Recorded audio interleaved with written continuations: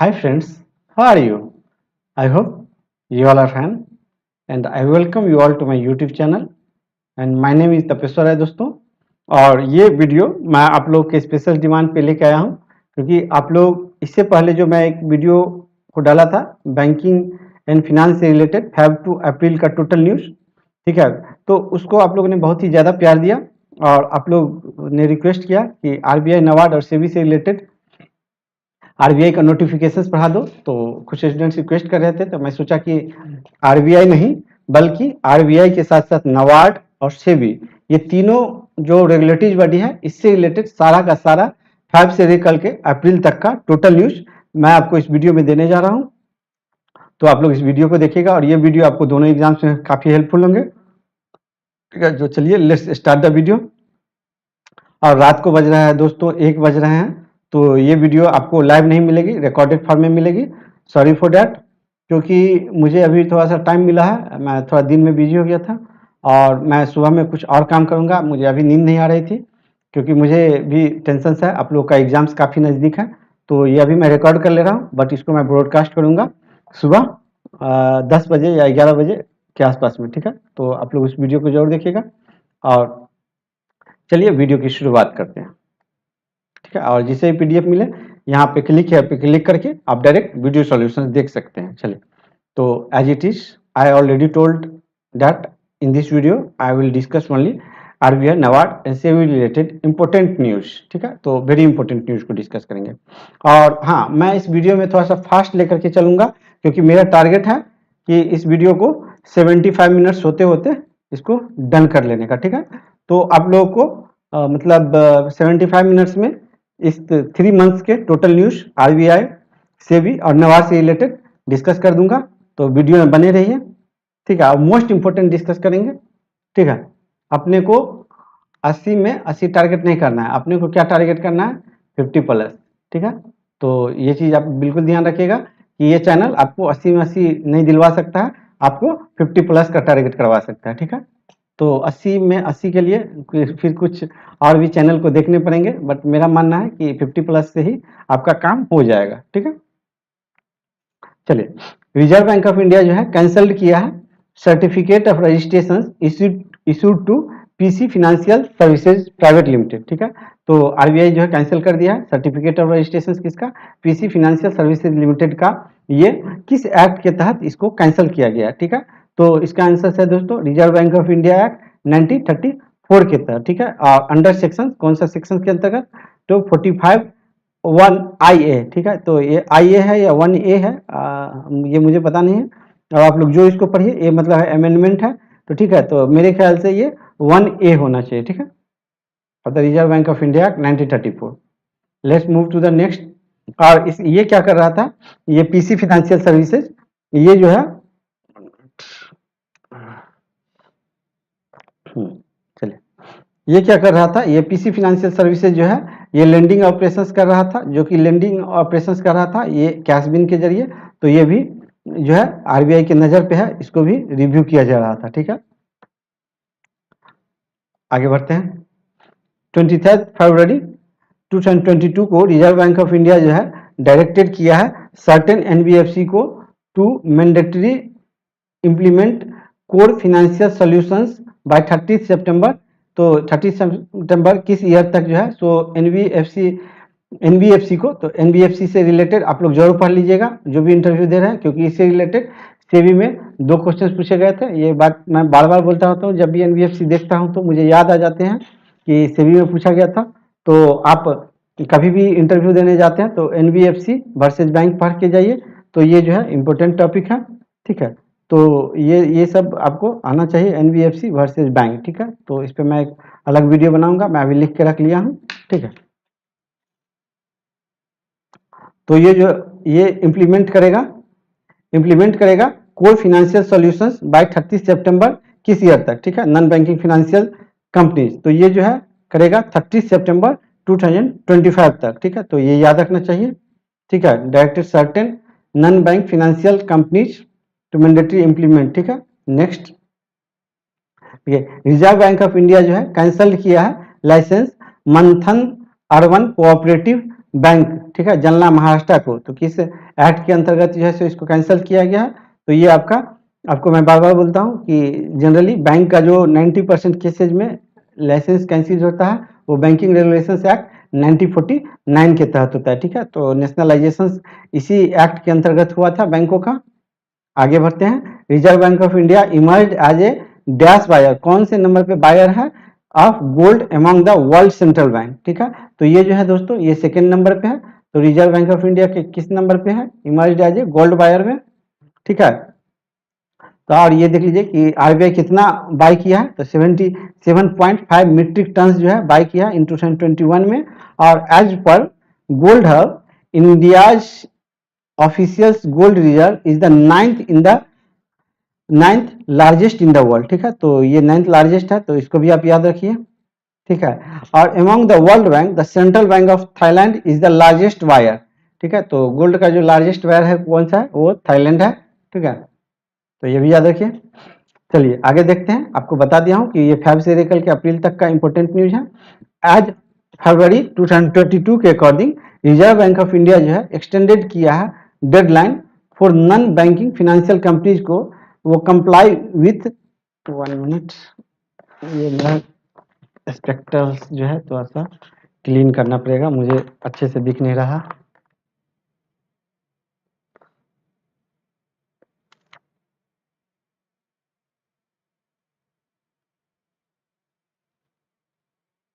चलिए अब ठीक है दोस्तों। चलिए स्टार्ट करते हैं। चलिए स्टार्ट करते हैं दोस्तों। कहाँ थे हम लोग? हम लोग थे यहाँ पे, ठीक है। आरबीआई जो है एक्सटेंडेड किया है deadline for non banking financial companies को to comply with non performing asset classifications norm. तो मैं यहाँ पे ये नहीं बताऊंगा कि एनपीए क्या होता है, मतलब कब जा करके ये हो जाता है, क्योंकि ये सब आपका स्टैटिक का पार्ट हो जाता है, मैं करंट पढ़ा रहा हूँ। Classifications norms, the norms are issued by RBI in November 2022 to dash. तो ये जो है ये एक्सटेंड जो कर दिया गया है रिजर्व बैंक के द्वारा, एक्सटेंड किया गया है एनबीएफसी का जो कंप्लाई करेगा न्यू एनपीए क्लासिफिकेशन नॉर्म को, वो जो है कब तक के लिए एक्सटेंड कर दिया गया है, ठीक है। ये मार्च 2022 से, तो 6 मंथ का एक्सटेंशन मिल गया है। ये सितंबर 2022 तक के लिए किया गया, ठीक है। तो इसका आंसर जो है ये ए नंबर हो जाएगा। आगे बढ़ते हैं। सेबी जो है एक्सटेंडेड किया है deadline for the implementation of client level segregation of fund and monetary, ठीक है, at of collateral at stock broker, ठीक है। तो ये सब टर्म है, पहले 2019 में ये सब पढ़ना था। स्टॉक ब्रोकर क्या होता है, मर्चेंट बैंकर क्या होता है, डिम्यूचुअलाइजेशन ऑफ द स्टॉक्स क्या होता है। तो आप लोग इस पे यदि रिसर्च नहीं भी करेंगे तो क्वेश्चन यहाँ से पूछेगा नहीं, आप डायरेक्ट इसको इसे ही रट्टा मार दो, ठीक है। इस पे पीएचडी मत करो, स्टॉक ब्रोकर पे, ठीक है। At stock broker to dash from February 28 2022 से, ठीक है। तो सेबी जो है एक्सटेंड किया implementation of client level segregation of fund and monitoring. तो ये कब तक के लिए एक्सटेंड किया गया है सेबी के द्वारा? तो ये जो है किया गया है मई 2022 तक के लिए, ठीक है। आगे बढ़ते हैं। आरबीआई जो है अनाउंस्ड किया है hike on the cap on e rupee voucher, तो ठीक है। तो ई रूपी वाउचर पे जो है एक जो कैप है वो कितना बढ़ा दिया गया है 10,000 से, तो ये दोस्तों 1 लाख कर दिया गया है, ठीक है। तो ये 1 लाख कर दिया गया है, ठीक है। और जिसको मुझे बस इतना ही लगा, जिसको ज़्यादा पढ़ना होगा तो यहाँ पे ये फिनेंशियल एक्सप्रेस का आर्टिकल लगा हुआ है ई रूपी से रिलेटेड, तो आप लोग इसको पढ़ लीजिएगा, ठीक है। कभी कभी पूछ देता है which among the following is correct about e rupee, तो आप पढ़ेंगे तो वहाँ से आपको आइडिया मिल जाएगा, ठीक है। देखिए ये क्वेश्चन पूछा गया था आरबीआई, आप लोग बोलते रहते हैं कि सर क्वेश्चंस नहीं मैच करता है, क्वेश्चंस नहीं मैच करता है। मुझे याद है कि क्या पूछा गया है, क्योंकि मैं ही हूँ जो आपको पूरा रिव्यू देता हूँ। तो ये आरबीआई असिस्टेंट मेंस 2022 में पूछा गया है, ठीक है। और पहले भी मैं पढ़ाया था, और यहाँ पे बस सारे पार्ट्स को एक जगह करके फिर से पढ़ाना पड़ रहा है आप लोग के डिमांड पे, बट ये टॉपिक मैं पहले भी पढ़ाया था, पहले मंथली में पढ़ाया था, अब मैं टॉपिक वाइज पढ़ा रहा हूँ, ठीक है। चलिए क्या है कि लिक्विडिटी का जो ग्रोइंग डिमांड है, रिक्वायरमेंट है एमएसएमई के लिए, and request from the industry, ये industry from and request from industry the national automated clearing house, ठीक है, तो मेन न्यूज यहाँ से चालू होता है। नाच जो है नेशनल ऑटोमेटेड क्लियरिंग हाउस जो है मैंडेट किया है limit for trade receivable discounting system settlement would be increase to how many crore, ठीक है। और आरबीआई असिस्टेंट में इसमें क्या क्वेश्चन पूछा गया था, तो मैं बता दूं कि ये पूछा गया था कि ये TREDS जो है, ये ट्रेड रिसीवेबल डिस्काउंटिंग सिस्टम जो है, ये किसके अंतर्गत काम करता है, ठीक है। तो ये क्वेश्चन था, it's comes under which financial organisation. तो ये जो है आपका नाच के अंदर, और वहां पे ऑप्शन दिया गया था, आरबीआई दिया गया हुआ था, नाच दिया गया था, तो बहुत से स्टूडेंट्स आरबीआई को मार के आए हैं, सेबी को मार के आए हैं, तो वो गलत हो जाएगा। तो इसलिए मैं बोलता हूं कि देखिए ऐसा नहीं है कि मतलब मैं ये फ्रेम किया हूं तो वही पूछेगा, ठीक है। तो क्वेश्चन इस तरह से था, नेशनल ऑटोमेटेड क्लियरिंग हाउस जो है मैंडेट किया है limit for trade receivable discounting system. तो आप इसका फुल फॉर्म जरूर याद रखिए, फिर क्वेश्चन पूछ सकता है, ये मत सोचिएगा कि क्वेश्चन पूछ दिया है तो अब नहीं पूछेगा, अब फिर से पूछेगा, यहीं से पूछेगा, हो सकता है कि इसमें किसी का फुल फॉर्म पूछ दे, ठीक है। और ये इंक्रीज कर दिया गया, ये कितने तक इंक्रीज किया गया, तो ये 3 करोड़ तक किया गया, ठीक है। और ये जो है पहले क्या था, तो पहले 1 करोड़ था, ठीक है। तो ये अभी भी बहुत इंपॉर्टेंट है, और जो मोस्ट इंपॉर्टेंट होते हैं उसी के लिए मैं लिंक देता हूं। देखिए ऐसा नहीं है कि मैं हवा में लिंक देता हूं, ठीक है। आगे बढ़ते हैं। आरबीआई एक्सटेंड किया है term liquidity facility of 50,000 crore by 3 month till. तो 3 मंथ्स के लिए एक्सटेंड कर दिया गया है टर्म लिक्विडिटी फैसिलिटी 50 करोड़ का। तो वो कब तक के लिए किया गया है, तो ये जो है आपको किया गया है जून 30, 2022 तक के लिए किया गया, ठीक है। तो सारा डेट का आपको एक जगह कलेक्शन मिल गया है, तो आप लोग जरूर पढ़िए। चलिए थोड़ा फास्ट पढ़ेंगे मैं। आरबीआई इंक्रीज किया है investment limit under the voluntary retention route for FPI foreign portfolio investors from 1.5 crore to how many crore, and it is effected with from date April 1, 2022, ठीक है। तो ये कब से किया गया है, ये RS 2.5 लाख करोड़ कर दिया गया है, ठीक है। तो वॉलेंट्री रिटेंशन रूट में VVR for foreign portfolio investors 1.5 lakh crore से कितना किया गया है, 2.5 lakh crore. Let's move to the next question. Government of India जो है done a conversation switch transaction of its securities with Reserve bank of India for an how many crore, ठीक है। तो ये switch transaction of its securities जो है, ये keyword याद रखिए, switch transaction of its securities जो है रिजर्व बैंक ऑफ इंडिया जो है एक कन्वर्सन किया है। तो ये गवर्नमेंट ऑफ इंडिया के साथ किया है, वो कितने करोड़ के लिए किया गया, ठीक है। तो काफी हेवी अमाउंट है, तो इसलिए ये एक इंपॉर्टेंट डाटा हो जाता है, ठीक है। तो ये जो है ये 1,19,701 करोड़ रुपीज के लिए किया गया, ठीक है। Let's move to the next question, ठीक है। जीवा प्रोग्राम किसके द्वारा लॉन्च किया गया है, तो हम लोग आरबीआई से रिलेटेड पढ़ रहे हैं, तो ये आरबीआई के द्वारा लॉन्च किया गया है, ठीक, सॉरी ये नबार्ड के द्वारा लॉन्च किया गया है, सॉरी फॉर माय मिस्टेक्स।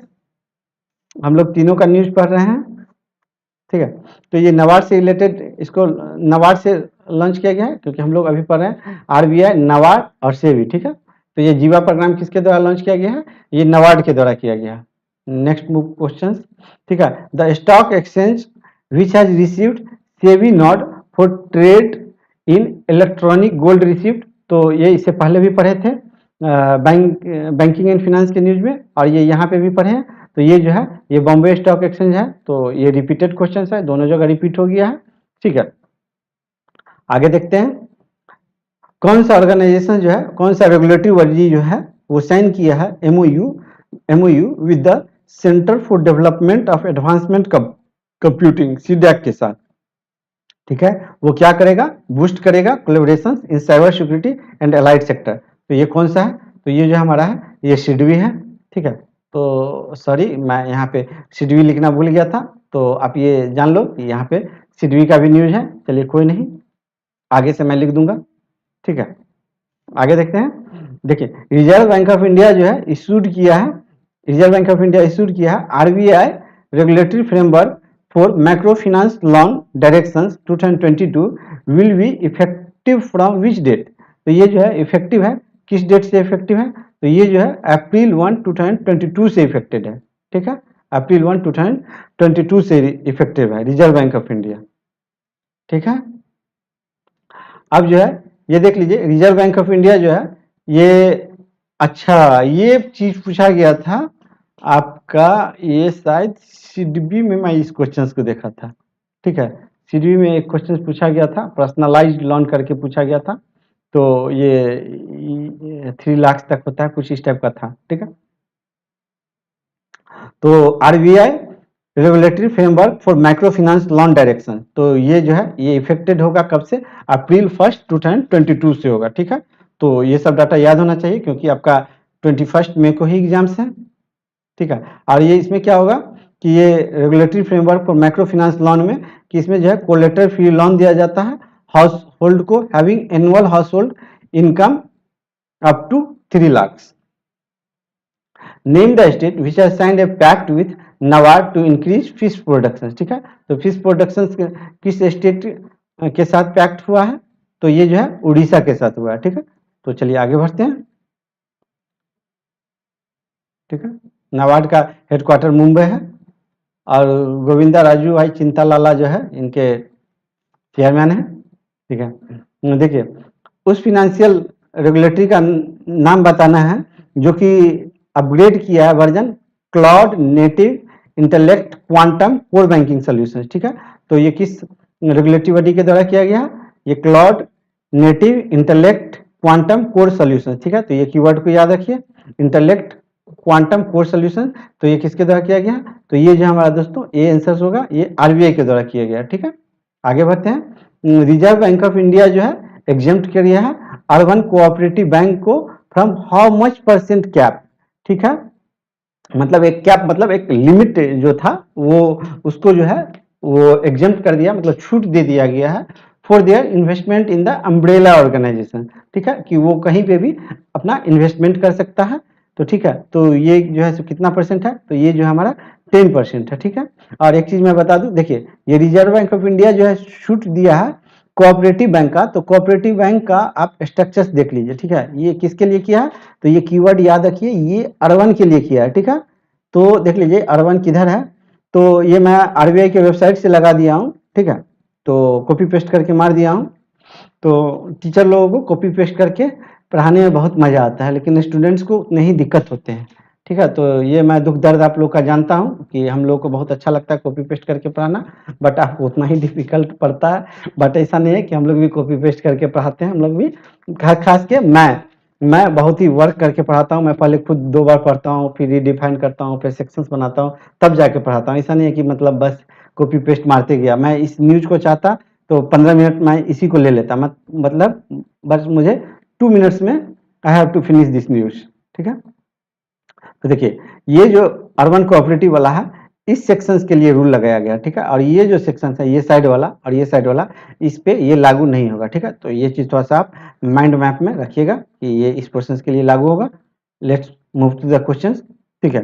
तो ये जो है आरबीआई एग्जेम्प्ट कर दिया अर्बन कोऑपरेटिव बैंक, ये इस ब्रांच को किया है, ये रूरल वाले को कुछ नहीं किया, उसको टच भी नहीं किया, ठीक है। तो इसको एक्सटेंशन मिला अर्बन को, ठीक है। Urban cooperative bank from how much percentage cap for their investment in the umbrella organisation, तो हाउ मच परसेंटेज कैप, तो इट इज 10% कैप, ठीक है। तो ये कितना है, तो ये 10% कैप है। और ये देख लीजिए कि यहाँ पे क्लियर दिया गया है according to norm investment in SLR. तो अच्छा एक बात है कि जो लोग वीडियो देख रहे हैं उनसे एक रिक्वेस्ट है कि एसएलआर में किस किस टाइप के सिक्योरिटीज आते हैं, ठीक है, गोल्ड आते हैं, कैश आते हैं, क्या क्या आता है वो आप जरूर कमेंट करके इसमें लिखिएगा। फॉरेन एक्सचेंज आता है नहीं आता है, तो जिनको ये नॉलेज पता है वो जरूर यहाँ पे कमेंट करिएगा कि एसएलआर में क्या कौन कौन सी सिक्योरिटीज आती है, नहीं आपको पता होगा तो जरूर गूगल करिएगा, ठीक है। अकॉर्डिंग टू नॉर्म, मैं बताने के लिए बता सकता हूँ बट थोड़ा सा आप लोग भी कीजिए, एक्टिवनेस दिखाइए, ठीक है। According to norm investment in non SLR statutory liquidity ratio securities by primary urban cooperative bank to be limited to 10% of a bank total deposits on March 31 of the previous year, ठीक है। तो बहुत लोगों को नहीं समझ में आया होगा, तो मैं अब एक लाइन में इसको समराइज कर दूं कि ये एक लाइन में मैं बोलना चाहूँ तो इसमें बोला गया है कि ये जो पहले जो था पहले 10% तक ही ये लिमिटेड था, ठीक है। मतलब कि अर्बन कोऑपरेटिव बैंक किसी भी अम्ब्रेला ऑर्गेनाइजेशंस में ओनली 10% तक ही आपको इन्वेस्टमेंट कर सकता था, बट अब जो है ये कैप हटा दिया गया, अब ये मोर देन 10% इन्वेस्टमेंट कर सकते हैं। ठीक है, और देख लीजिए कि ये जो है ये वेरी इंपॉर्टेंट है, यदि कोई इंटरव्यू देने वाले स्टूडेंट्स देख रहे हैं तो इसको जरूर पढ़िए, क्योंकि मैं अक्सर बोलता रहता हूँ कि इंटरव्यूअर जब थोड़ा सा डीप जाएंगे और आप उसके यूनिकनेस क्वेश्चन का आंसर देंगे तो आपको ज्यादा मार्क्स मिलेगा उस इंटरव्यू में। देखिए section 24 and section 56 of the of the Banking Regulations Act mandate all commercial bank, local area bank, urban cooperative bank and state cooperative bank and central cooperative bank in India to maintain SLR। ठीक है, तो इस सब bank को देखिए, ये सब bank को शेड्यूल कमर्शियल बैंक और यहाँ पे ऑल इंडिया फाइनेंशियल इंस्टीट्यूशंस को आपको SLR मेंटेन करने की जरूरत नहीं होती है। ठीक है, तो यहाँ से ये मतलब निकल के आता है, तो आप लोग देख रहे हैं तो ये चीज जान लीजिए कि जो भी 5 ऑल इंडिया फाइनेंशियल इंस्टीट्यूशंस है उनको SLR मेंटेन नहीं करना पड़ता है। और SLR मेंटेन किस एक्ट में इसको डिफाइन किया गया है, तो ये देख लीजिए कहाँ पे पावर है, बैंकिंग रेगुलेशंस एक्ट 1949 में सेक्शन 24 एंड 25 और सेक्शन 56 में। और ये urban cooperative bank, state cooperative bank, central cooperative bank, इस सब को जो है SLR मेंटेन करना पड़ता है। ठीक है, और यहाँ पे रीजनल रूरल बैंक, अच्छा वो आप लोग थोड़ा सा रिसर्च करिएगा कि रीजनल रूरल बैंक को करना है या नहीं करना है। ठीक है, तो आप लोग जरूर कमेंट करिएगा रिसर्च में क्या पाए हैं। ठीक है, तो इतना तो मैंने जानकारी दे दिया, कुछ आप एक्स्ट्रा भी बताओ। चलिए आगे बढ़ते हैं। ठीक है, देख लीजिए कि रिजर्व बैंक ऑफ इंडिया जो है वो 2 की इनिशिएटिव लेकर के आया है। फर्स्ट UPI 123 पे, ठीक है, ये जो है UPI 123 पे, और सेकंड जो है ये DG साथी। ठीक है, ये सेकंड जो है DG साथी, ये 24x7 हेल्पलाइन नंबर है, और ये जो है ये option to make unified payment interface payment for features phone users. ठीक है, तो अभी 2 इनिशिएटिव है। और ये देख लीजिए कि ये बोलना ये चाह रहा था, ये पूरा का मैं थोड़ा सा शॉर्टकट में बता दूं कि जो डिजिटल पेमेंट है वो RBI गवर्नर बोल रहे थे कि वो जो है वो काफ़ी ज़्यादा पॉपुलर नहीं हो पाया है। ठीक है, तो काफ़ी ज़्यादा जो है पॉपुलर नहीं हो पाया है, तो इसको ले करके ये जो है 2 इनिशिएटिव लाया गया है। और 2 इनिशिएटिव में देख लीजिए कि एट प्रेजेंट अभी जो है access to UPI available on smartphone, तो अभी जो है स्मार्टफोन पे अवेलेबल था थ्रू NUUP। ठीक है, तो इसका फुल फॉर्म जरूर याद रखिए, कभी मैं भी पूछ सकता है, ये सब स्टैटिक में आ जाता है। नेशनल यूनिफाइड USSD प्लेटफॉर्म, ठीक है, यूजिंग द शॉर्ट कोड *99#। ठीक है, बट अब जो है अब ऐसा नहीं है कि स्मार्टफोन पे भी, अब जो है तो आपके पास यदि स्मार्टफोन नहीं भी है तब भी जो है आप इसका यूज कर सकते हैं। ठीक है, तो UPI 123 पे जो है इंक्लूड्स करता है 4 डिस्टिंक्ट ऑप्शन, ये 4 डिस्टिंक्ट ऑप्शन को करता है। तो इसमें जो है आपका ये सब आप ये नेम याद रखिए, app based functionality, missed call से भी कर सकते हैं। ठीक है, पेमेंट, और ये जो है यूजिंग UPI पिन से होगा, और ये जो है इंटरेक्टिव वॉइस रिस्पॉन्स से भी कर सकते हैं। और ये कैसे कर सकते हैं वो मैं डिटेल में नहीं बताऊंगा, क्योंकि ये एक रिवीजन वीडियो है, तो मैं यहाँ पे डिटेल में नहीं जाऊंगा।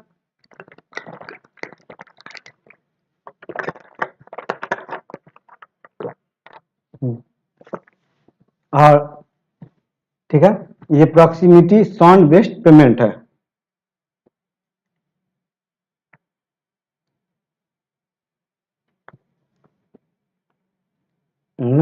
और ये जो है प्रॉक्सिमिटी साउंड बेस्ड पेमेंट है। तो आप चारों का नाम याद रखिएगा, हो सकता है 3 पूछ दे और ये पूछ दे कि चौथा कौन सा है, तो आप कंफ्यूज कर जाएंगे। ठीक है, आगे देखते हैं। ठीक है, RBI रिलीज किया है booklet beware on modulus operandi of financial fraud. ठीक है, आगे नेक्स्ट क्वेश्चन देख लेते हैं।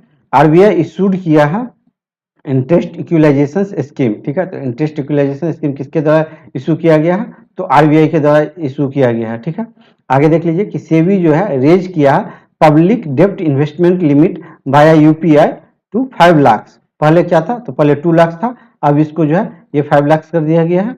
ठीक है, तो ये भी इंपॉर्टेंट है। आगे बढ़ते हैं। RBI जो है कैंसल कर दिया है people cooperative bank Uttar Pradesh का लाइसेंस को इसको कैंसिल कर दिया गया है। तो ये जो है किस ये देख लीजिए कि under section 56 of the banking act, तो अभी अंडर सेक्शन 56 में पढ़े थे, ये बैंकिंग रेगुलेशंस एक्ट ये था 1949। तो अब आप लोग को सुनते सुनते याद होता चला जा रहा होगा। आगे बढ़ते हैं। रिजर्व बैंक इनोवेशन हब जो है inaugurates in which place as on March 2022। ठीक है, तो ये रिजर्व बैंक इनोवेशन हब कहाँ पे हुआ है? तो ये बेंगलुरु कर्नाटका में हुआ है। ये वेरी इंपॉर्टेंट है। ठीक है, ठीक है। तो अब मार्च में आ गए हम लोग, इसके बाद अप्रैल में चलेंगे।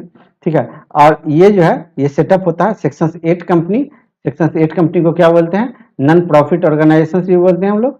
ठीक है, इसको नॉन प्रॉफिट ऑर्गेनाइजेशन भी बोलते हैं। ठीक है, setup as a section 8 company under companies act 2013। ठीक है, पहले 1956 था, उसको अमेंडमेंट कर दिया गया। और the initial corpus, the initial capital RS 100 crore, तो ये भी इंपॉर्टेंट है। और ये होली ऑन सब्सिडरी है किसका? तो RBI का। ठीक है, और ये जो है गोपाला कृष्णन जो है इसके ये फर्स्ट चेयरमैन है। ठीक है, तो ये सब मोस्ट इंपोर्टेंट है, तो ये सब आप लोग जरूर याद रखिए। क्वेश्चन से may come from this sections and this point. Let's move to the next section. तो चलिए यहाँ पे देख लेते हैं कि अब RBI का सब्सिडी कौन कौन सा है। तो DICGC है। ठीक है, ये देख लीजिए ये भारतीय reserve bank note Mudran private limited है। ठीक है, और reserve bank information technology private limited है। ठीक है, और ये जो है Indian financial technology and allied services है। और ये अभी जो है ये 5th नंबर जो है रिजर्व बैंक इनोवेशन हब बन गया। ठीक है, तो ये जरूर आप माइंड में थोड़ा सा रखिएगा, रफ आइडिया।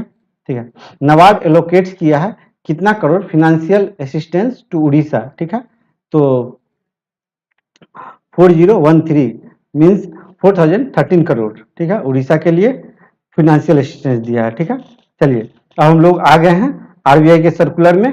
और RBI के भी सर्कुलर में ये हम लोग इतना बड़ा सर्कुलर नहीं पढ़ेंगे, और इस सर्कुलर को यदि आपको पढ़ना होगा तो यहाँ पे लिंक दिया गया है। आप लोग जो है दोस्तों, आप लोग से रिक्वेस्ट है कि जिनको इस पे PhD करना होगा वो यहाँ पे क्लिक करके और उसको डाउनलोड करके इत्मीनान से पढ़िएगा। ठीक है, और मैं आपको ये पढ़ाऊंगा वेरी वेरी मोस्ट इम्पोर्टेंट। मैं पहले बता दिया हूँ कि मैं पढ़ाऊंगा तो मैं वेरी इंपॉर्टेंट पढ़ाऊंगा, और ये सुपर फास्ट सीरीज है तो इसमें मैं फास्ट में लेके चलूंगा। चलिए ठीक है, तो सर्कुलर था कि RBI जो है अनवील किया है large exposure framework for upper layer NBFC। ठीक है, तो ये क्या अनवील किया है? अनवील मतलब होता है पर्दा हटाया है, मतलब कोई चीज को रहस्य को बताना। ठीक है, देखिए अंडर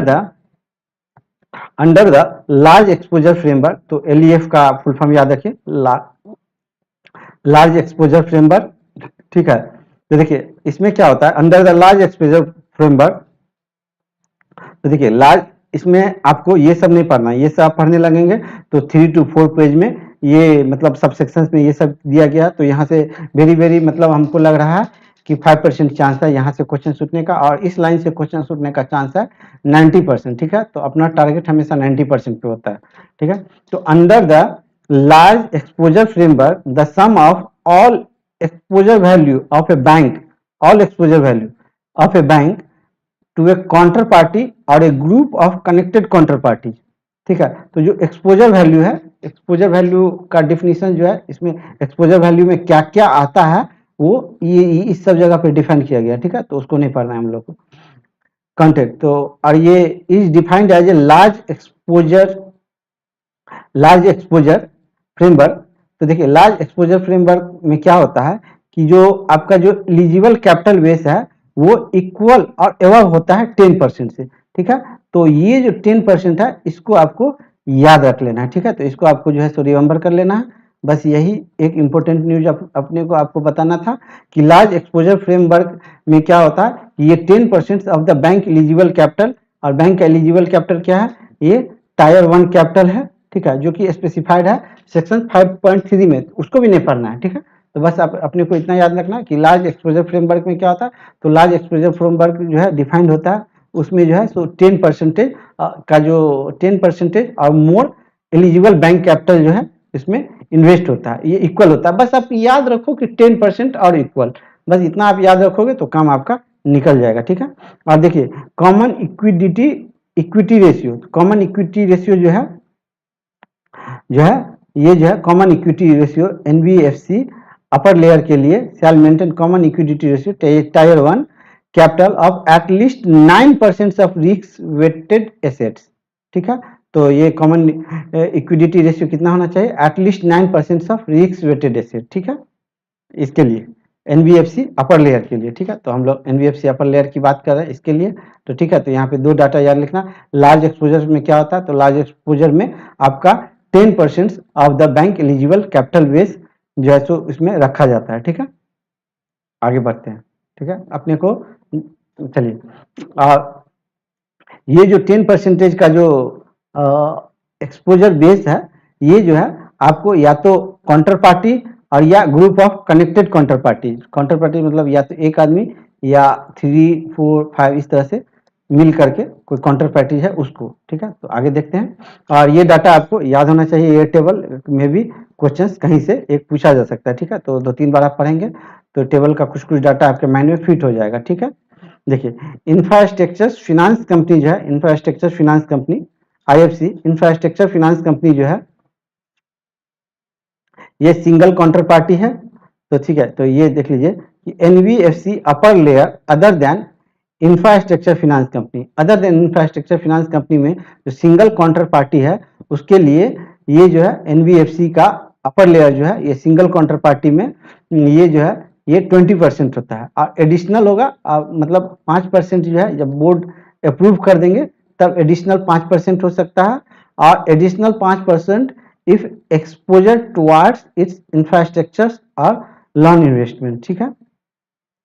और सिंगल काउंटर पार्टी का जो है ये लिमिट जो है ये 25% से ज्यादा नहीं हो सकता है, ठीक है। आगे देख लीजिए कि ये एनबीएफसी अपर लेयर अदर, यहाँ पे है other than infrastructure finance company ये, और यहाँ पे है विथ इंफ्रास्ट्रक्चर फिनांस कंपनी, ठीक है। तो इसमें जो है ये 5% बढ़ जाता है दोनों जगह, तो ये आप इसको याद रख लेंगे तो ये याद हो जाएगा, ठीक है। और देख लीजिए कि ग्रुप ऑफ कनेक्टेड पार्टीज में यहाँ पे 25% हो जाता है और यहाँ पे 35% हो जाता है, ठीक है, 35%, एंड हियर इट इज 25%, ठीक है। लेट्स मूव, और जिनको ज्यादा पढ़ना होगा तो यहाँ पे लगा हुआ है लिंक, आप लोग जरूर पढ़िएगा। आगे देखते हैं, ब्रोअर with exposures of Rs 5 crore and above have to obtain legal entity identifier, ठीक है। जो ब्रोअर है जिसका की एक्सपोजर है ऑफ Rs 5 करोड़ और एबव, उसको जो है लीगल एंटिटी आइडेंटिफायर लेना जरूरी हो गया, ठीक है। तो देखिए the non individual borrower having aggregate exposure of 5 crore and above from bank and financial institution shall be required to maintain legal entity identifier, ठीक है। तो ये लीगल एंटिटी आइडेंटिफायर को मेंटेन करना आपको कंपलसरी है, ठीक है। तो ये देखिए ये जो लीगल एंटिटी आइडेंटिफायर जो है ये यदि आपका एक्सपोजर, ठीक है, एक्सपोजर को कहाँ डिफाइन किया गया है, तो जब आप इसको खोलेंगे तो बहुत बड़ा पेज निकलेगा, 10 से 12, 15 पेज, और उसमें जो है यहाँ पे इस पॉइंट में उसको डिफाइन किया गया, बट अपने को एक्सपोजर से कोई लेना देना है नहीं, वहां पीएचडी नहीं करना है, ठीक है। तो अपने को मोस्ट इंपोर्टेंट पढ़ना, तो यहाँ पे ₹5 crore and above and up to 10 crore के लिए जो टाइमलाइन है ये 30 अप्रैल 2025 है, ठीक है। और ये जो टाइमलाइन है ये 10 करोड़ और अप टू 25 करोड़ इसके लिए ये 24 है, और ये 25 करोड़ अबव 25 करोड़ तो ये 23 है, ठीक है। तो ये जो है आपको याद होना चाहिए, ठीक है। और ये आपको लीगल एंटिटी आइडेंटिफायर तो आप लोग हमेशा से पढ़ते आ रहे हैं, ये 20 कैरेक्टर के होता है, ठीक है। और जिनको ज्यादा पढ़ना होगा इनसे इस न्यूज से रिलेटेड तो यहाँ पे लिंक दिया गया है इसका, आप जरूर पढ़िएगा, ठीक है, जिनको ज्यादा पढ़ना है। आगे बढ़ते हैं, ठीक है। Reserve bank of India publish किया है master directions bank and NBFC के लिए, बैंक एंड एनबीएफसी के लिए जो कि इशू करेगा क्रेडिट कार्ड और डेबिट कार्ड इस साल से, वो जो डायरेक्शन जो है जो इशू किया गया है वो कब से इफेक्टेड है, तो ये जुलाई 1, 22 से इफेक्टेड है, ठीक है। तो ये डेट आप याद रखिए, मैं अंडरलाइन कर दिया हूँ, ये डेट आप याद रखिए, ठीक है। और आरबीआई कुछ एक्स्ट्रा गाइडलाइंस जो है ऐड कर रहा है, वो अप्लाई करेगा ऑल बैंक्स पे, ठीक है, अप्लाई करेगा ऑल बैंक पे, एक्सक्लूडिंग, किसको एक्सक्लूड करना है तो मैं यहाँ पे रेड कर दूं, ठीक है, किसको किसको छोड़ के, तो ये जो है excluding Paytm, sorry payment bank, state cooperative bank and district central cooperative bank को, इसको छोड़ के अपार्ट फ्रॉम द बैंक, तो ठीक है, apart from the bank, bank को छोड़ के जो एनबीएफसी है विच हैव बीन परमिटेड, तो NBFC non banking financial companies है एनबीएफसी, ठीक है। तो आपको पता है कि एलआईसी भी एक प्रकार की एनबीएफसी है, तो जो लोग एलआईसी में जॉब करते होंगे उनको पता होगा, ठीक है।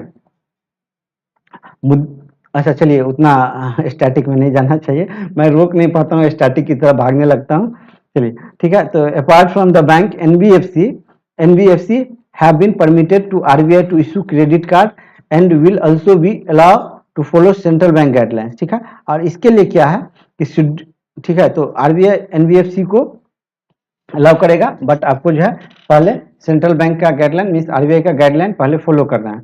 और इसमें क्या बोला गया कि शेड्यूल कमर्शियल बैंक को जो है, मैं इसको थोड़ा रेड कर लूँ, शेड्यूल कमर्शियल बैंक को जो है ये परमिट कर रहा है, क्या चीज के लिए, ये आपको परमिट कर रहा है credit card, undertake credit card business के लिए, ठीक है। आप या तो अकेले करिए या आप टाई अप एग्रीमेंट के साथ करिए, आप with other card issuing bank and NBFC with the approval of their board, ठीक है। तो इसके लिए ये बोला है शेड्यूल कमर्शियल बैंक को जो है नेटवर्क कितना होना चाहिए, ये आपका कार्ड बिजनेस के इन करने के लिए तो 100 करोड़ एंड एबव, ठीक है, 100 करोड़ एंड एबव। तो ये आप डाटा याद रखिए, शेड्यूल कमर्शियल बैंक का नेटवर्क कितना चाहिए होना चाहिए, ये जो कि परमिट करेगा अंडरटेक क्रेडिट कार्ड बिजनेस के लिए। तो क्रेडिट कार्ड बिजनेस में यदि शेड्यूल कमर्शियल बैंक को आना है तो जो है आपको 100 करोड़ उसको नेटवर्थ होना चाहिए, ठीक है, इतना नेटवर्क के साथ, ठीक है। आरबीआई लॉन्च किया है इंडस्ट्रियल आउटलुक सर्वे, ठीक है, इंडस्ट्रियल आउटलुक सर्वे लॉन्च किया। आरबीआई जो है इम्पोज किया penalty 1.12 crore penalty bank of Maharashtra के ऊपर, ठीक है। चलिए आगे बढ़ते हैं। चलिए, सेबी जो है ऑर्गेनाइज किया है advisory panel on leveraging regulatory and technology solutions, ठीक है। और देख लीजिए, मार्केट रेगुलेटर जो है, market regulator SEBI has reconstituted its advisory committee on leveraging regulatory and technology solutions, ठीक है। तो इसका फुल फॉर्म जरूर याद रखिए, ठीक है, इसका full form advisory committee on leveraging regulatory and technology solutions, ALERTS, ठीक है। तो इस पैनल के जो हेड होंगे ये सुनील वाजपेयी होंगे, ठीक है। तो इस पैनल के हेड कौन से होंगे, ये सुनील वाजपेयी होंगे, ठीक है।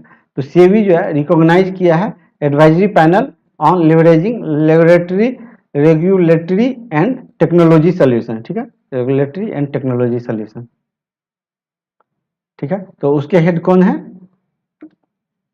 कोई सा की पॉइंट आप इसको पकड़ के रखिए, लिवरेजिंग रेगुलेटरी, तो इतना से जो है आप जो है सो इसको टिक मान लेंगे, इसका जो है सो कमिटी के हेड है सुनील वाजपेयी। चलिए आगे देखते हैं कि रीट्स और इनविट्स, रीट्स मतलब हो गया रियल ई एस्टेट इन्वेस्टमेंट ट्रस्ट, और इनविट्स मतलब हो गया इंफ्रास्ट्रक्चर इन्वेस्टमेंट ट्रस्ट, ठीक है, विच ओपन्स। तो ये क्या किया है रीट्स और इनविट्स, ये जो है रिड्यूस कर दिया है time taken for the listing of such emerging investments vehicle to 6 working days from the 12 working days, ठीक है। तो जो हम लोग पब्लिक इशू देते हैं, हम लोग जो पब्लिक इशू करते हैं, आईपीओ जो करते हैं, देखिए the streamline process of public issue of unit, public issue of units, रीट्स and InvITs, market regulator reduce, जो टाइमलाइन को जो है रिड्यूस कर दिया इन्वेस्टमेंट्स के लिए, कितना से, तो ये जो है ये 12 डेज से कितना कर दिया गया, ये 6 डेज किया गया, ठीक है। तो ये हमारा इंपॉर्टेंट हो जाता है, ठीक है, बस यही याद रखिए। आगे देखते हैं, आगे देख लीजिए कि रिजर्व बैंक जो है इंडिया जो है एक्सटेंडेड कर दिया है timeline for implementations of cascade swap in all ATM by bank 1 year till 31st मार्च 2023 तक के लिए, ठीक है। तो इसमें जो है एक्सटेंशन मिल गया है, कब तक के लिए, ये कैसेटी स्वैप के लिए ऑल एटीएम को, सब सारे एटीएम्स को जिसमें मनी हम लोग लोड करते हैं उसको कुछ स्वैप करना होगा, ठीक है। उससे रिलेटेड देखिए सेंट्रल बैंक जो है, सॉरी द सेंटर जो है, central government, the centre will borrow 8.45 lakh crore in first half of 2022-23 और 6% ऑफ द प्लांट ब्रोइंग, एक प्लांट होता है एक नॉन प्लांट ब्रोइंग होता है, ठीक है, फॉर द फुल ईयर, ठीक है। तो बस यही डाटा याद रखिए। आरबीआई इम्पोज किया है, RBI imposes curbs on Bengaluru west Sushruti Sobhadra सहकारा bank नियमत्ता, ठीक है। तो इसके ऊपर जो है आरबीआई जो है सो अपना शिकंजा कस दिया है और इसमें जो है the direction shall remain in force for a period of 6 months from the close of business April 7, 2022, ठीक है। तो बस यही याद रखिए। ये कहाँ का बैंक है, तो ये बेंगलुरु वेस्ट बैंक है, तो ये हेडक्वार्टर याद रखिए क्योंकि ये जो है आपका अप्रैल का न्यूज है, तो ये मोस्ट इंपोर्टेंट हो जाता है, ठीक है। आगे बढ़ते हैं, ठीक है। Bank in India initiative, RBI governor opens bank note ink unit in Mysuru, ठीक है। तो open bank note ink unit in Mysuru, ठीक है। तो मैसूरू है, यहाँ पे Bharatiya reserve bank note Mudran private limited का जो है हेडक्वार्टर है, ठीक है। तो रिजर्व बैंक ऑफ इंडिया के जो गवर्नर है शक्तिकांता दास, वो जो है विजिट किए थे मैसूरू, जहाँ पे कि उन्होंने डेडिकेटेड किए हैं भरनी का, तो ये वर्ड आप याद रखिए, डेडिकेटेड किए हैं भरनी का, तो ये इंपॉर्टेंट है। क्या है ये वर्णिका, ये इंक मैन्युफैक्चरिंग यूनिट है, ये भारतीय reserve bank note Mudran private limited का, ये क्या करती है, ये प्रिंटिंग का काम करती है। तो भारतीय रिजर्व बैंक नोट मुद्रण का 2 प्रिंटिंग प्रेस है, ठीक है। तो एक तो है हमारा वेस्ट बंगाल में और एक है मैसूरू में, टू द नेशंस, ठीक है। चलिए ये सब आगे बढ़ते हैं, ठीक है। बैंक रिपोर्ट्स किया है फ्रॉड वर्थ 34,000 करोड़ तक का इन अप्रैल से लेकर के दिसंबर 2021 तक के लिए, ठीक है। और इसमें जो है आपको total 27 scheduled commercial bank and non financial institute have reported 96 cases of fraud involving, ठीक है। तो इतना तक का, और इसमें जो है वो हाईएस्ट वैल्यू का जो फ्रॉड है ये 4,820 करोड़ रुपीज के लिए जो है वो हुआ है। वो किस बैंक के साथ हुआ है, ये पंजाब नेशनल बैंक के साथ हुआ है। और यहीं पे सीडीवी में क्वेश्चन पूछा गया था कि हाईएस्ट नंबर ऑफ फ्रॉड, यहाँ पे हाईएस्ट वैल्यू इन फ्रॉड और वहां पे हाईएस्ट नंबर ऑफ फ्रॉड पूछा गया था, तो वो था कोटक महिंद्रा बैंक था वो, ठीक है, केबीएम, ठीक है, शॉर्टकट में लिख दिया कोटक महिंद्रा बैंक। तो वहां पे हाईएस्ट नंबर ऑफ फ्रॉड पूछा गया था सीडीवी में, और यहाँ पे हम लोग ये पढ़ रहे हैं, ठीक है। तो देख लीजिए कि किस तरह से क्वेश्चन आते हैं। आगे बढ़ते हैं। सेबी अनवील्स किया है Manthan idea hackathon to promote innovations in securities market. इसमें क्या है कि आप आइडिया देंगे तो आपको कुछ प्राइज मिलेगा, ठीक है, सिक्योरिटीज मार्केट के लिए। तो बहुत बड़ा आर्टिकल्स था, मैं उसमें ऐसा कुछ इंपोर्टेंट पाया नहीं।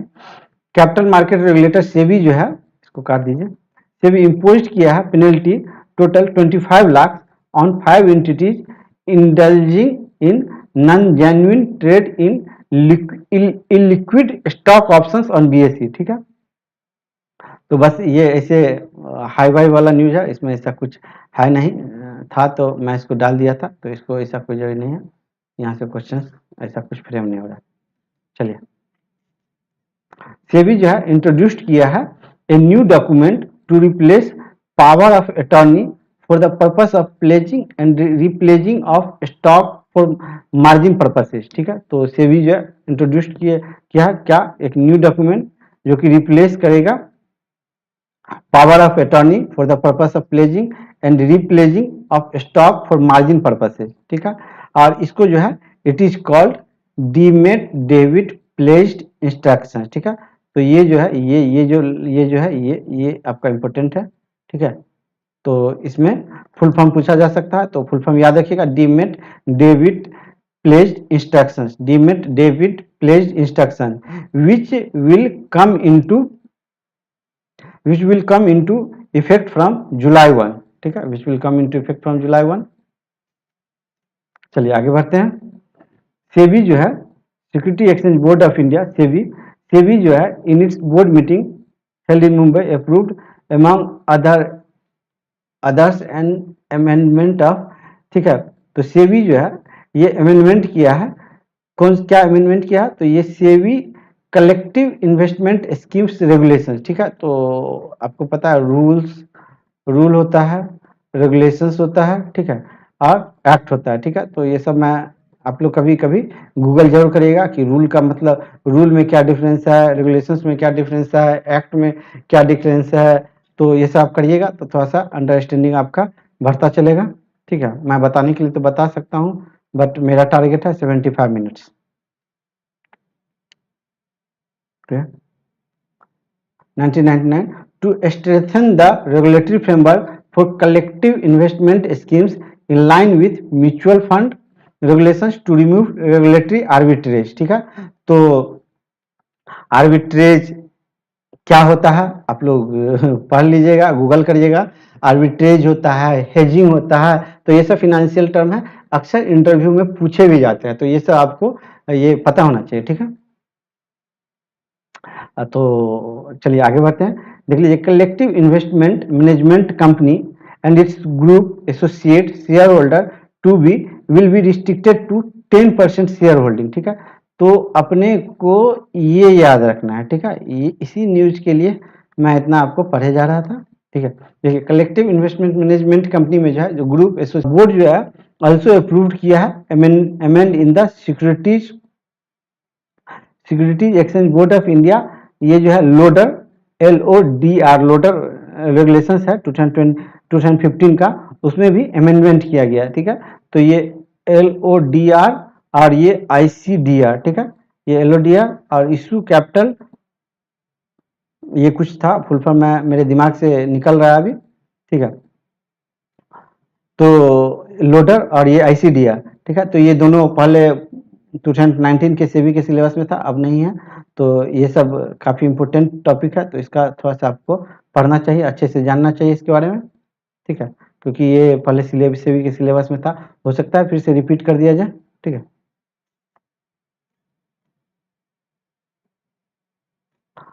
ठीक है, तो इसमें भी अमेंडमेंट किया गया, किसमें? तो लोडर में किया गया है। और क्या अमेंडमेंट किया गया है, तो ये आप जरूर याद रखिए, ये जो है सो ये मोस्ट इम्पोर्टेंट हो जाता है, ठीक है, ठीक है, ये मोस्ट इम्पोर्टेंट हो जाता है, ये मोस्ट इम्पोर्टेंट हो जाता है, ठीक है।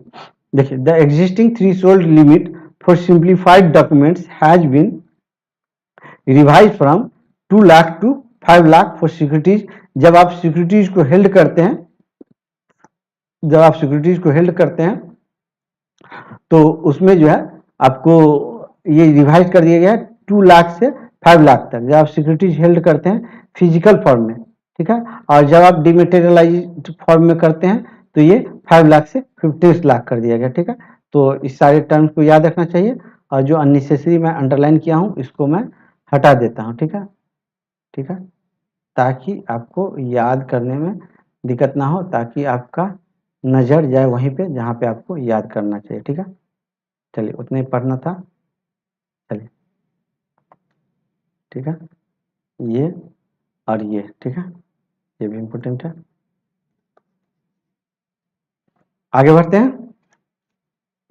मार्केट वॉचडॉग, ठीक है, सेबी इशूड किया है operational guidelines for security and convenient monitoring using distributed ledger technology, ठीक है, तो जनरल लेजर ट्रायल बैलेंस सब अकाउंट की टर्म है, ठीक है। As the backbone of the distributed ledger technology, तो ये नाम याद रखिए, DLT का फुल फॉर्म याद रखिए, क्योंकि इलेक्ट्रॉनिक गोल्ड रिसिप्ट का फुल फॉर्म पूछ दिया गया था EGR का, तो वहाँ पे स्टूडेंट कंफ्यूज कर दिया गया था। तो इसी तरह से DLT का फुल फॉर्म भी याद रखिए, डिस्ट्रीब्यूटेड लेजर टेक्नोलॉजी। तो as the backbone of the distributed ledger technology system would be uniqueness of asset, ठीक है, तो ये एक यूनिकनेस है, और इसमें क्या होता है कि एक यूनिक आईडी जो है आपको अलर्ट किया जाता है, ठीक है। तो एक यूनिक आईडी अलर्ट किया जाता है, ये फुल फॉर्म जरूर याद रखिएगा। और ये यूनिक आईडी जो है ये कितने डिजिट्स का होता है, ये जो हमारा ये 12 डिजिट्स का होता है, ठीक है। चलिए आगे देखते हैं। देखिए कैपिटल मार्केट रेगुलेटर सेबी जो है, ठीक है, कंस्टिट्यूटेड किया है committee for reviewing and making recommendations for further strengthening of governance norms at stock exchange and other market infrastructure institutions, ठीक है। तो ये आपको ये कीवर्ड याद रखना है, ठीक है। कैपिटल मार्केट रेगुलेटर जो है सेबी कंस्टिट्यूट किया है committee for reviewing and making recommendations for strengthening, ये वाला जो है, ये वाला strengthening of governance at stock exchange, ठीक है, and other market infrastructure institution. तो इसके लिए जो है एक कमिटी बनाया गया है जिसको चेयर करेंगे कौन, तो जी महालिंगम, ठीक है। तो ये वेरी इंपॉर्टेंट हो जाता है। आगे देखिए सेबी मार्केट रेगुलेटर जो है, कैपिटल मार्केट रेगुलेटर जो है सेबी जो है इम्पोज किया पेनल्टी टोटल RS 15 लाख का 3 एंटिटीज के ऊपर, ठीक है, 3 एंटिटीज के ऊपर। और वो 3 एंटिटीज कौन कौन सा है, तो ये जो 3 एंटिटीज है ये जो है ये आपका 5-5 लाख करके लगा है, 15 लाख का। ये जो है सो विनीत जगदीश प्रसाद केडिया, ये शिव कुमार शारदा, और ये जो है बजरंग लाल डालमिया, ठीक है। तो 2 HUF करके है, इस तरह से है। तो नाम को याद रखिए क्योंकि ये आई थिंक 25 अप्रैल के आसपास का न्यूज होगा, तो इसीलिए ये इंपॉर्टेंट हो जाता है। 25 अप्रैल के आसपास का न्यूज है ये, ठीक है। देखिए 2 कंपनी जो है, 2 कंपनी जो है गेट्स कर लिया है, उसको लाइसेंस मिल गया है, नोड मिल गया है सेबी का IPO इशू करने के लिए, ठीक है। तो ये जो है धर्मराज क्रॉप गार्ड और जो है ये वेनस पाइप्स एंड ट्यूब्स, ठीक है। तो इसको जो है ये कंपनी को मिल गया, ठीक है। तो ये आप याद रखिएगा ये दोनों कंपनी का नाम, क्योंकि पूछ सकता है। ये देख लीजिए अप्रैल फूल का न्यूज है, 4 अप्रैल का न्यूज है, ठीक है। चलिए आगे बढ़ते हैं।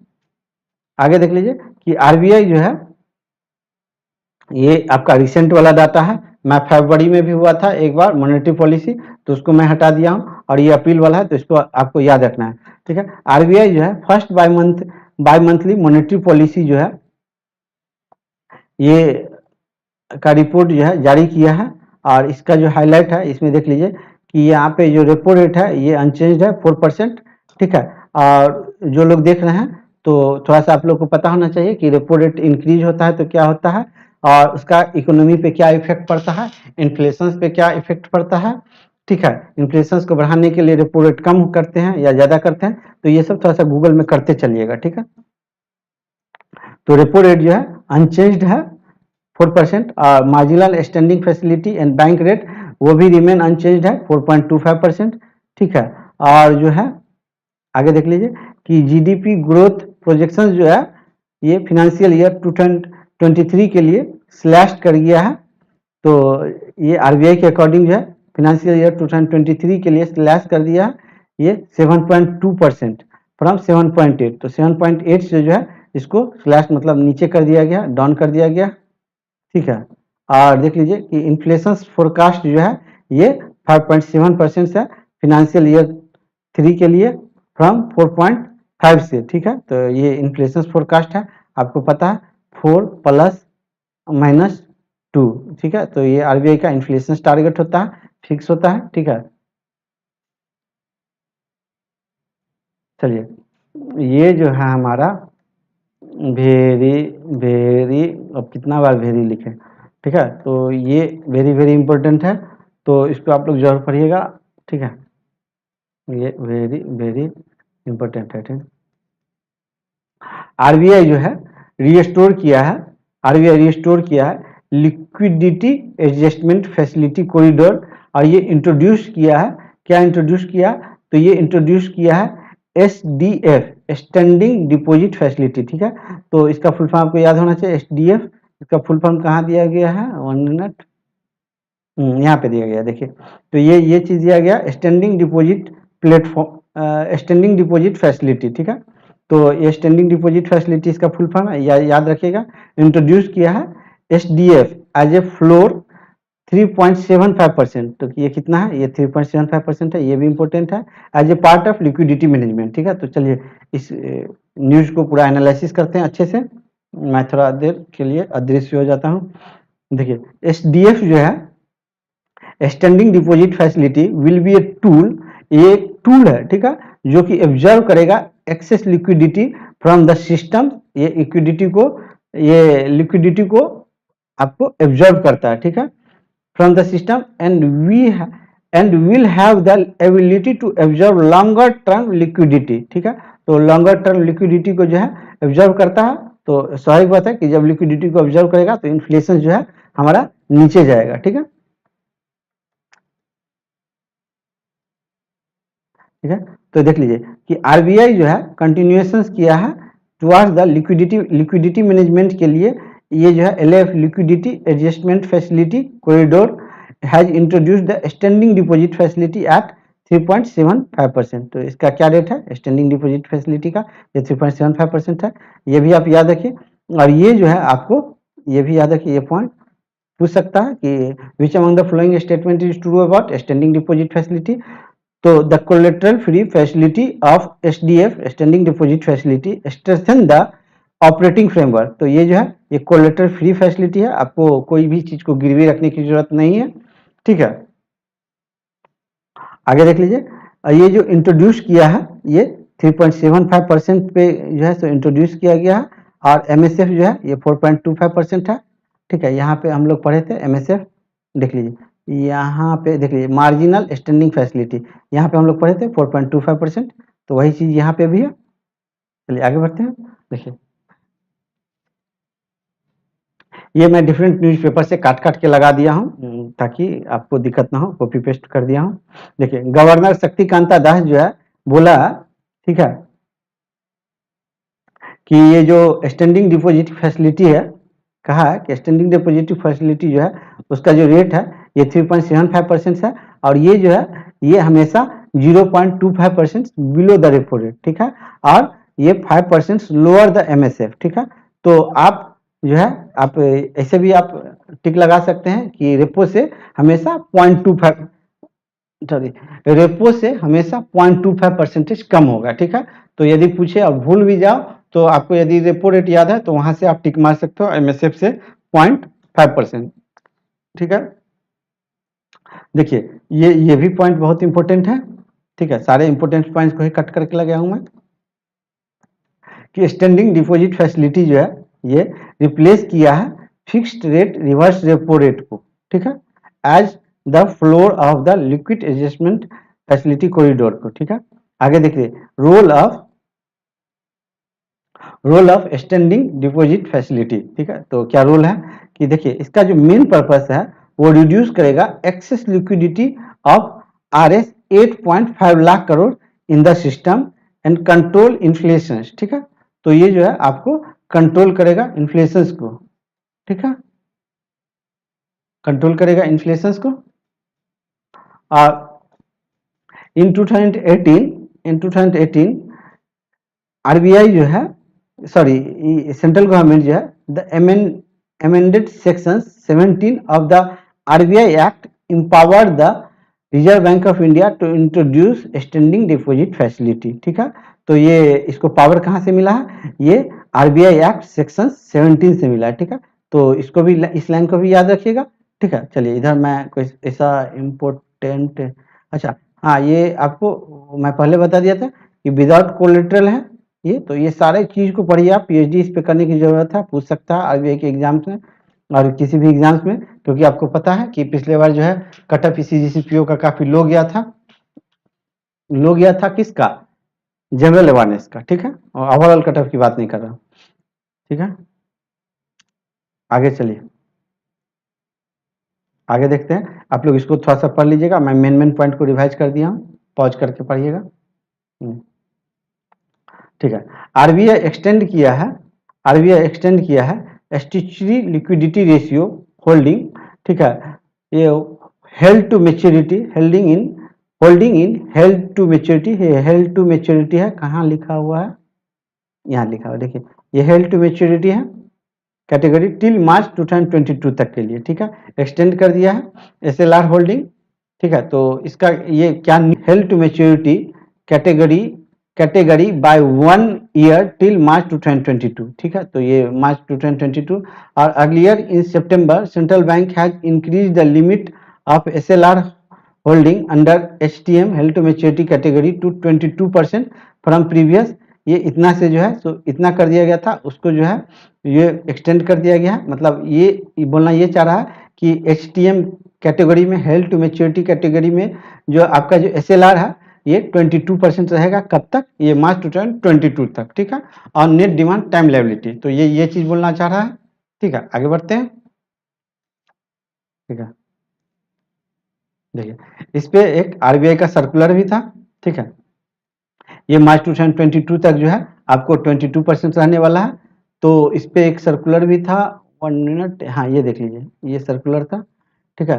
तो इस सर्कुलर में हम लोग मार्च टू, हाँ इसमें जो है ये फेज मैनर में इसको कम करेगा, ये हेल्ड टू मेच्योरिटी को, ठीक है। तो ये आप लोग एक बार पढ़िएगा, ये ज़्यादा इम्पोर्टेंट है बनिस्पत इसके, बट क्वेश्चंस यहाँ से भी आ सकता है, ठीक है। तो यहाँ से भी आ सकता है, तो चलिए मैं ही डील कर देता हूँ, ठीक है। At present banks have been granted special dispenser, ठीक है। तो एक स्पेशल छूट दिया गया है बैंक को, ठीक है, किसकी तरफ से? तो for SLR eligible securities acquired between, जो भी आप एक्वायर किए हैं, कब से? तो ये जो है एक्वायर किए हैं ये सितंबर 1 से लेकर के और मार्च 31 2022 तक, ठीक है। तो यहाँ पे ये देख लीजिए मार्च तक था ना, ये मार्च, तो यहाँ पे डेट नहीं दिया गया था, वहाँ पे सर्कुलर में 31 मार्च लिखा हुआ, ठीक है। तो और ये जो है अनटिल रहेगा कब तक? तो ये जो रहेगा 31 मार्च 2023 तक रहेगा, ठीक है। और देख लीजिए यहाँ पे on a review it has been decided to further enhance existing HDM held to maturity limit of 22% of NDTL to 23% of NDTL, ठीक है। ये 22% से जो है इनहेंस करके 23% तक कर दिया जाएगा। And allow bank to include securities between, तो और ये अलाउ करेगा बैंक को कि सिक्योरिटीज को जो है एक्वायर करे, ये अप्रैल 1 2022 से लेकर के ये मार्च 31 2023 तक, कितने के लिए? तो ये 23 तक के लिए, ठीक है। और ये जो है यहाँ पे देखिए कि जो इनहेंस्ड यहाँ तक हो गया 23 तक में जो है ये अप्रैल 1 से लेकर के और ये मार्च 31 मार्च 23 तक के लिए जो है इस ड्यूरेशन के लिए ये 23% कर दिया गया। और इसके बाद क्या होता है कि फिर से इसको जो है ये आपको रिड्यूस करना है। तो किस मैनर में रिड्यूस करना है? तो ये देख लीजिए कि किस मैनर में रिड्यूस करना है। तो रिड्यूस करना है the enhance held to maturity of 23% shall be restored to 19.5%, ठीक है। तो जो भी इंक्रीज हुआ उसको फिर से आपको रिस्टोर करना है। कब? तो in a phase manner beginning from the quarter ending of 30 June 2023 से, ठीक है। तो 30 जून 23 से the excess SLR statutory liquidity ratio securities acquired by banks during the period between 1 सितंबर 2020 से लेकर के और ये मार्च 31 2023 तक, जो ये जो आपको अचीव किया गया है उसको आपको फेज मैनर में, जो आप यहाँ तक इंक्रीज कर लिए थे उसको आपको फिर से डिक्रीज करना है फेज मैनर में। तो कैसे डिक्रीज करना है? तो 22% तक जो है, तो ये जून 30 तक हो जाना चाहिए, फिर 21% तक सितंबर 30 तक हो जाना चाहिए, ठीक है। और जून जुलाई अगस्त सितंबर 3 मंथ के बाद फिर जो है यहाँ पे दिसंबर तक हो जाना चाहिए, फिर मार्च तक होना चाहिए। तो यदि ये डाटा आपको नहीं याद हो पाता है तो कोई नहीं, कम से कम एटलीस्ट जो है, एटलीस्ट आप ये डाटा ये जो 31 मार्च 2022 तक वाला है, एटलीस्ट कम से कम आप इतना जरूर याद रखिए, ठीक है। क्योंकि ये नहीं याद रखेंगे तो ये ब्लंडर करेंगे और ये छोड़ देंगे तो गलती तो आप कर ही रहे हैं छोड़ के, बट कोई नहीं, आप ये चल सकता है, तो ज़्यादा चांस है क्वेश्चन यहीं से पूछने का। ठीक है, आगे बढ़ते हैं। आगे देख लीजिए कि reserve bank of India in a bid to encourage greater penetration, वो एक greater penetration of bill payment through its Bharat bill payment system has proposed to lower the net worth requirement of such entities from Rs 100 crore to 25 crore. ठीक है, तो उसको मैं बताता हूँ ये क्या है, थोड़ा सा मुझे पानी पीने दीजिए। ठीक है,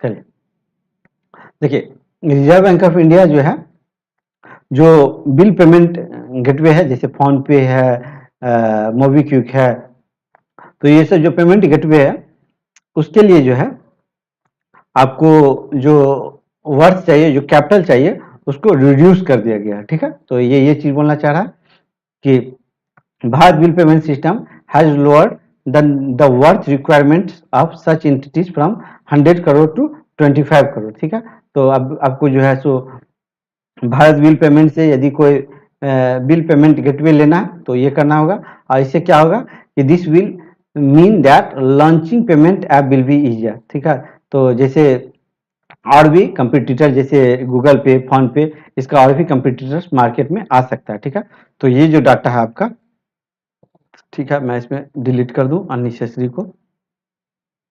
ठीक है, अननेसेसरी को डिलीट कर देते हैं ताकि आपको वही पढ़ना पड़े जो आपको पूछा जाए एग्जाम में। ठीक है, तो देखिए फ्रॉम 100 करोड़ टू 25 करोड़। ठीक है, तो ये हो जाएगा, तो ये जो हमारा इंपॉर्टेंट है। Let's move to the next page. ठीक है, चलिए अभी हम लोग पढ़े थे एनबीएफसी अपर लेयर वाला, एक्सपोजर्स वाले पढ़े थे, 10% वाला, आप लोग को न्यूज याद आ रहा होगा। तो चलिए आगे देखते हैं। RBI has directed the non banking financial company in the upper layer and middle layer to put in place a board approved policy and compliance functions including the appointment of a chief compliance officer। ठीक है, तो आपको जो ये जो है NBFC upper layer और middle layer, उनको एक चीफ कंप्लाइंस ऑफिसर रखना है। कब तक?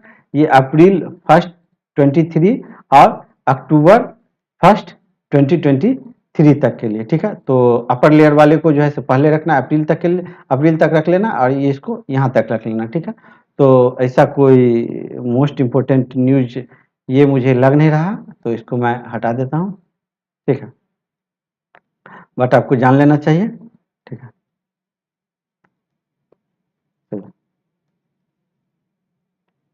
आगे बढ़ते हैं। ये इसमें कुछ ऐसा इंपॉर्टेंट नहीं था, आप लोग बस पढ़ लीजिएगा। इसमें मैं बताया हुआ था कि ये फैक्टर क्या होता है, जैसे फैक्टरिंग होता है, हेजिंग होता है, ये फिनेंस फैक्टर में आप लोग को जानना चाहिए, गूगल करना चाहिए इस पे। ठीक है, आरबीआई इम्पोज किया है monetary penalty on Manappuram finance for non compliance of KYC और पीपीआई। ठीक है, तो प्रीपेड पेमेंट इंस्ट्रूमेंट्स के लिए। ठीक है, तो आप लोग को फुल फॉर्म याद होना चाहिए, जैसे मैं बता रहा हूँ सुन सुन के आप लोग याद कर लिए। ठीक है, तो ऐसा कोई मोस्ट इंपोर्टेंट नहीं है। ठीक है, सेबी जो है कंस्टिट्यूट किया है working group to review mutual fund sponsor eligibility role of trustee. ठीक है, तो इसका जो है ये चेयर करेगा, तो ये कौन चेयर करेगा? तो ये जो है चेयर करेगा, ये जो है चेयर करेगा चेयर्ड बाय ए वाला सुब्रमण्यम। ठीक है, तो ये आपको याद होना चाहिए। ठीक है, किसके द्वारा कॉन्स्टिट्यूट किया गया है? तो ये ए वाला सुब्रमण्यम के द्वारा ये कॉन्स्टिट्यूट किया गया है। ठीक है, आगे आगे देखिए, ऐसे ऐसा कुछ है नहीं। ठीक है,